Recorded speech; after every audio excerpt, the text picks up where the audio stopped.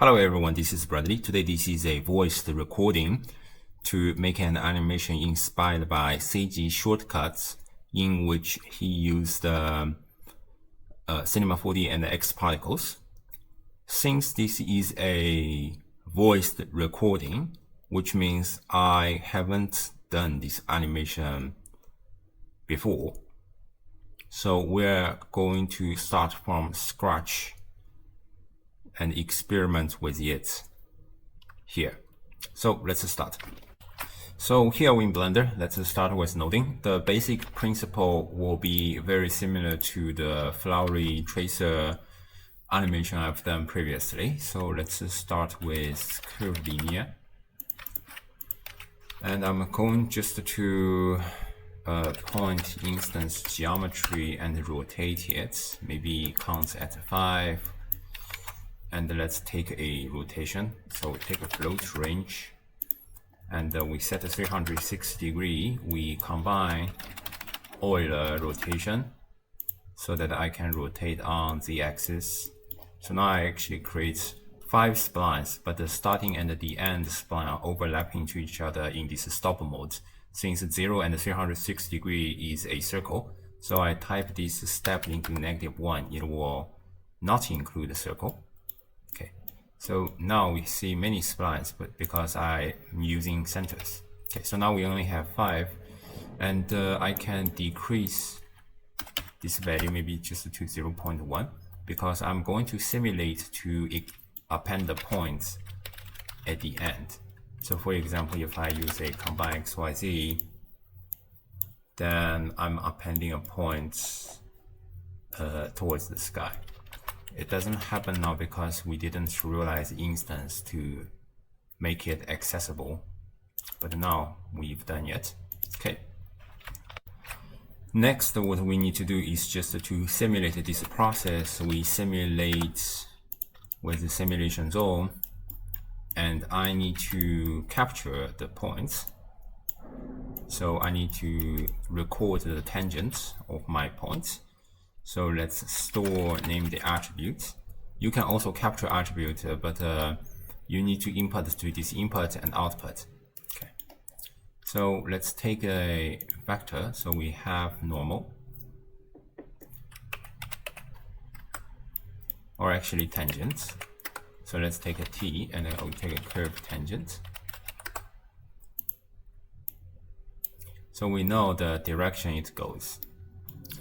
And then if I use this named attribute T to keep offsetting my curve, then by playing this animation, you can see it's extending itself.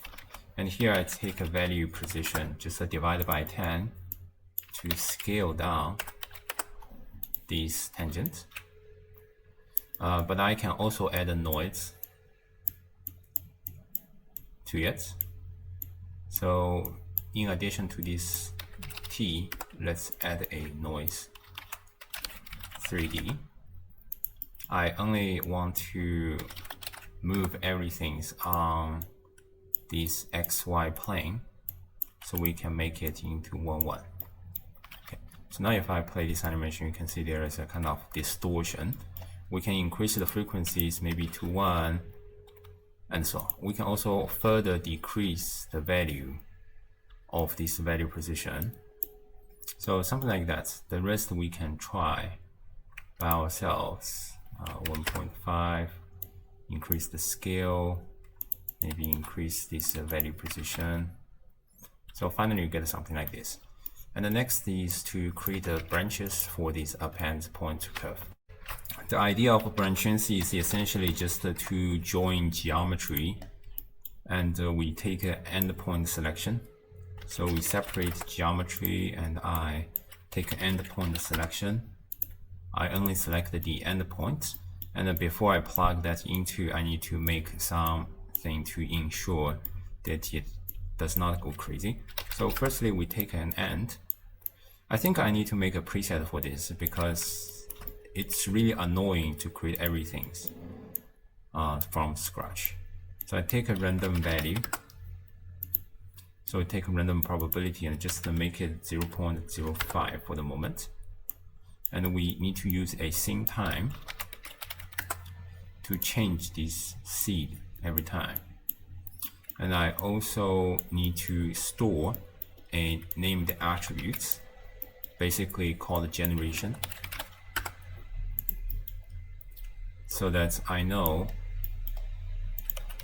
when is this endpoint or branch being created. Okay.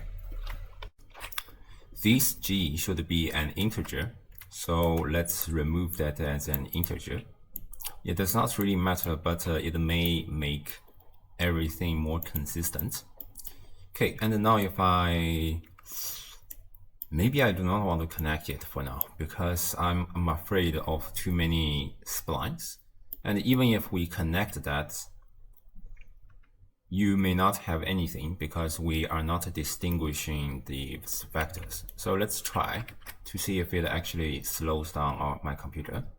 Okay, it doesn't, which is very fortunate. But we do not see any new splines because we are using the same vector throughout. So we are generating a new branch every frame and we assign a g number to it. This means that a new branch is created when this g is equal to our frame time. So now if I take a switch, and it should be a vector. If it's not a new branch, then we use the original vector. If it is a new branch, then we vector rotate it. Vector rotate. And we can use a random value. And we can even set a different seed every frame because we're generating different branches every frame too. And then I take a negative so that I can use a one value to create both negative and positive value so that it becomes a range. And it will be better if this is 2 radians because I only know degree. Okay. So now if I plug that into the offset, we should at least see branches. As you see, it's not very obvious. This is because we rotate it when the branch starts, but this rotation is not really continued once the same time is much more than g. There are several things I'd like to do. One thing is that I can add a noise to this noise reading. But before that, I'm going to reorganize this node tree a little bit. So you see that initially we have a very long splines. And then it's every propagation is actually quite small compared to the initial length. It may not be very obvious, but basically what I try to do is to take these tangents slow at the beginning, and then you will realize there's a problem that this noise is too much. So we can decrease its scale. Okay, we can use the same scale actually. Okay, so that it becomes like this. And we can also add a new seed. So we can use g. I have this g value, so that every generation is getting a different noise, and I can increase the angle that's making these branches, so maybe 45 degrees, something like this. Another important thing is that I want to keep their rotations. So let's take a store named attribute, and we redefined value t for our curve propagate. So now it becomes like this. Okay, it becomes very chaotic, and we have Actually, this is so cool, but it will also probably crash your computer at some point. So what we can do is to limit these generations. Right now, these branches can generate from every generation or every branches. But I want to do a kind of limit. Firstly, I want to generate these branches for g equals to 0. This means this g actually does not exist, or it occurs at the beginning, which is our main branches. Because when this main branches is inputting into this simulation input, there is no g assigned to it.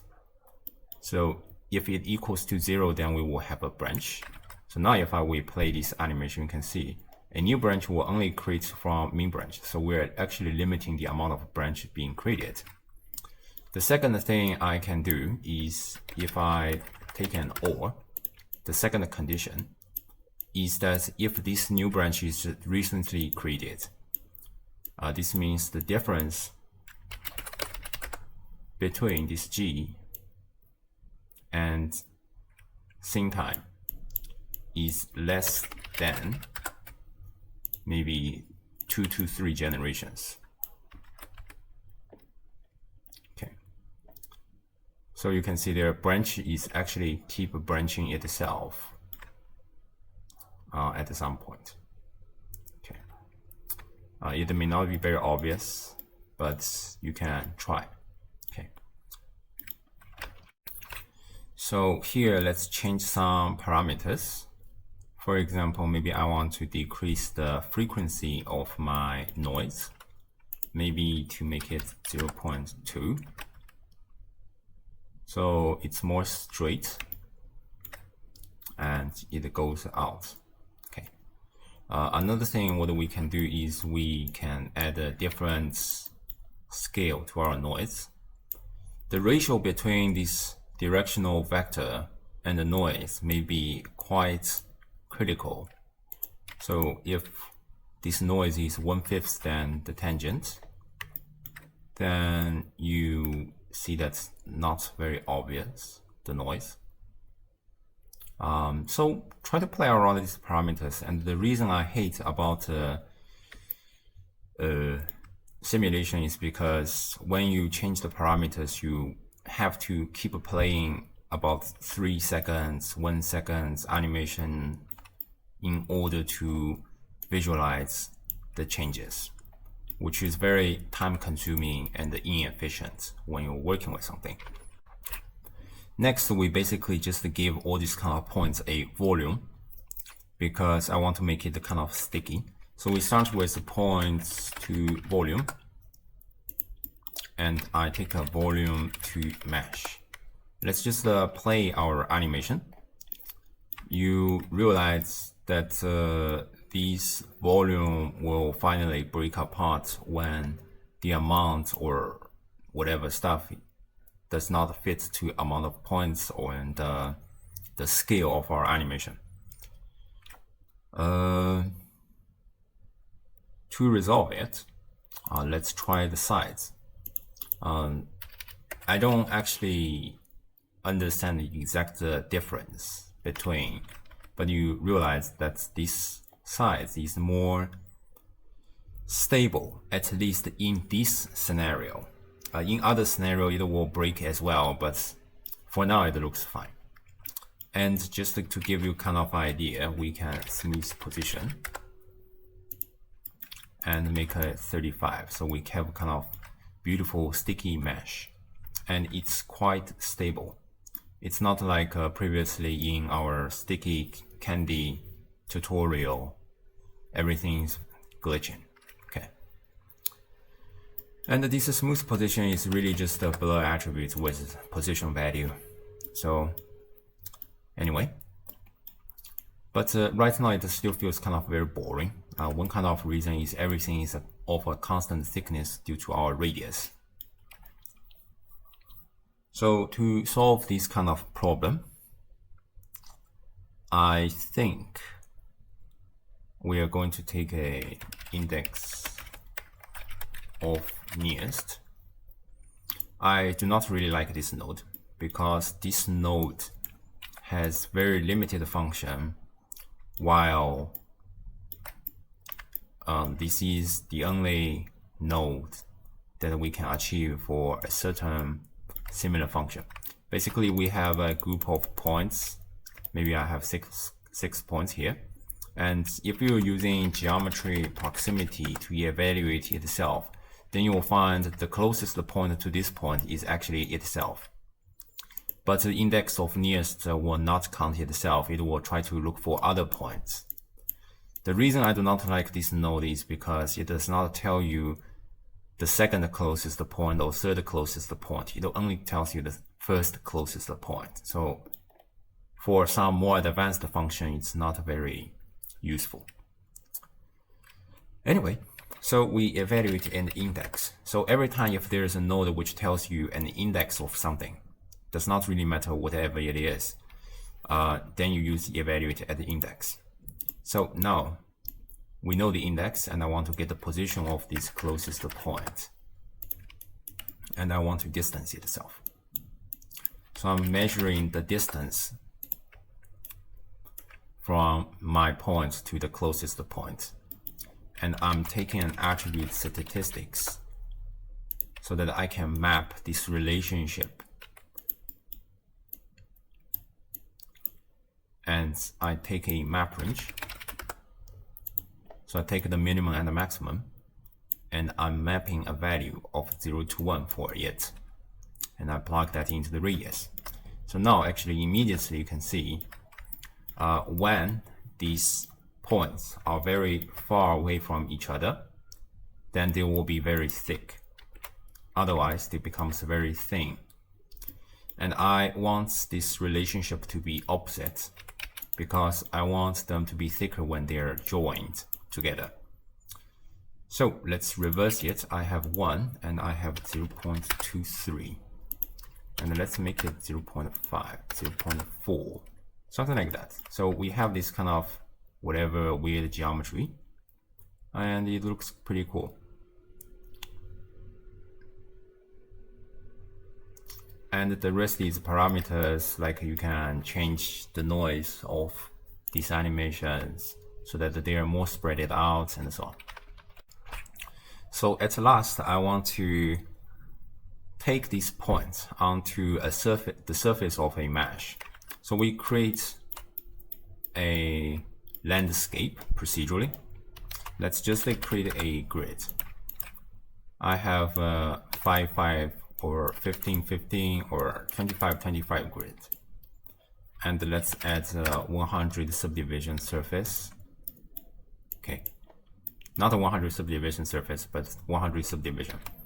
And we normal displacement it to make a kind of landscape with noise 3D. We take this factor into displacement. It's not very obvious, actually not at all. We increase the scale, we decrease the frequency. So finally we end up like this. Okay, I hope this is okay. And then we have our curve starting from somewhere. Let's try to set the position, and we use geometry proximity.